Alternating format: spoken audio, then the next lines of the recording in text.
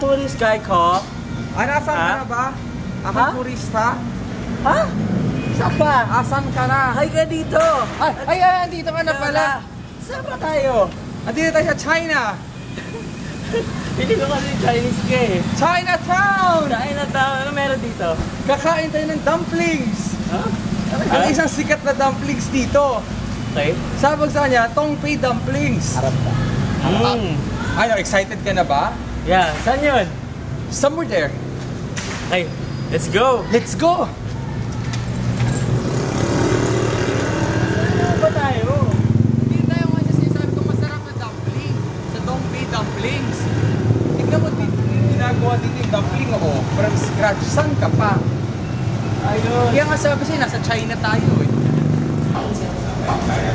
Uy! Ito na ako. Ang daliin ko. Kwento muna natin sila. Ano to? Ha? Kwento muna natin. Sige, ikaw. Ano ba to? Ito yung water dumpling sinasabi ko sa inyo. Tongpei na shui jiao. Ito siya. Boiled dumpling siya na specialty sa northeastern China. So ito na yun. Kasi dito na siya sa Philippines meron. Isang couple na taga northeastern China talaga ang gumagawa nito. Jam, so excited ka naman? Yeah! Gutom na gutom na. Let's go! Sige, dig-in! This is my favorite dumpling. Kasi, Like ka man. kain mo to. Oo naman. Favorite. Sinasadya ko. Kaya ito subo nyo lahat mo kasi may sabaw.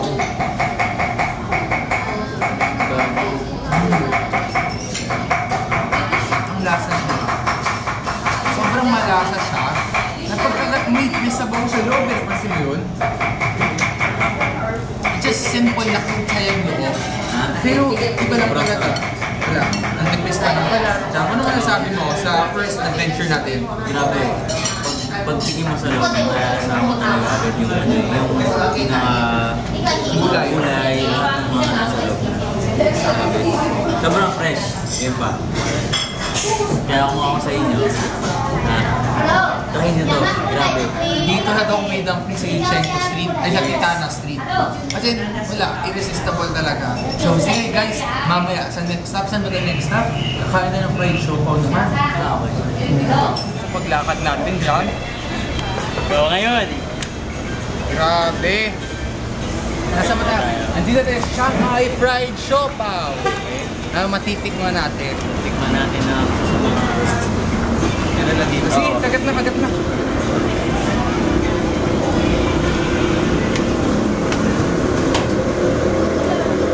Sarap. Yung siopaw niya kasi kaya siya fried. Hindi siya. Siopaw niya kaya fried. Hindi siya deep fried. Pero ano lang siya. Yung siopaw niya hindi siya fried. Pero ano siya. Sinear lang sa likod. Kaya tawag sa Chinese Xianpao. Half steam siya, tapos fried yung puwet lang. So ito nakakaya nilaman niya bola-bola na may ginsay. Ano, Jam, ano masasabi mo? Sobrang juicy niya sa loob. Grabe. Juicy? Oo, tsaka juicy. Ano, sobrang ano ba yan? Moist, oh. Oo. Sa ilalim lang siya naka-fried. Oo. It's very tasty. Laman niya bola-bola. Pero, iba talaga. As in, sobrang bata pa ako. Kinakain ko na ito hanggang ngayon. Ito pa rin. Oo naman, hanggang bata pa rin ako, di ba guys? Sige. Okay. Labutan ka! Ilang taon ka nun? Ito ko lang. Nung bata ako, kahapon lang yun guys. 2, 3, go. Hi guys. Jam, ano yan? Ito. Ito tayo kanina. Nang ano? Ito. Dito nakita eh. Sarap, promise eh. Guys, Okay. pero dito tayo ngayon sa Lido. Since 1945 sila dito, sumikat dito asado. Pero hindi na titikman natin. Ano yun? Titignan natin. This is ano yung percolator. Ang side Kasi wall. discover mo kanina? Oo. Parang scientist kapag ano, pag tinitig kayo. Yung mga kung ano, alik-alik na nasa ibabaw, pababa, gano'n. So excited ka na ba, Jam? Yeah. Let's go. Actually, ito yung episode ender natin, di ba? Let's finish it with coffee. Kasi ano na eh. Come on, let's go.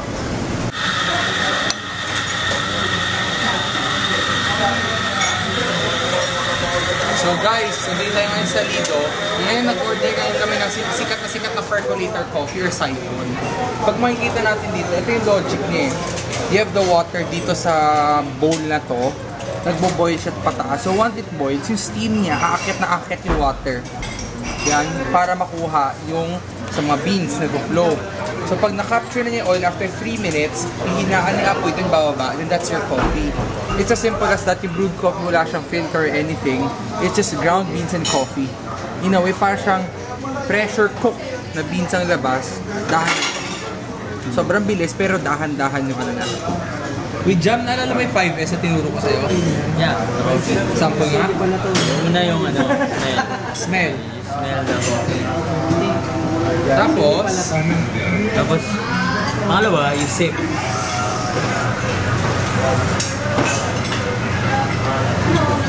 masarap. It's, alam mo yung barako na hindi siya ganun ka-acidic, pero very dark roasty ang lasa. Roasted, dark roast ang lasa niya.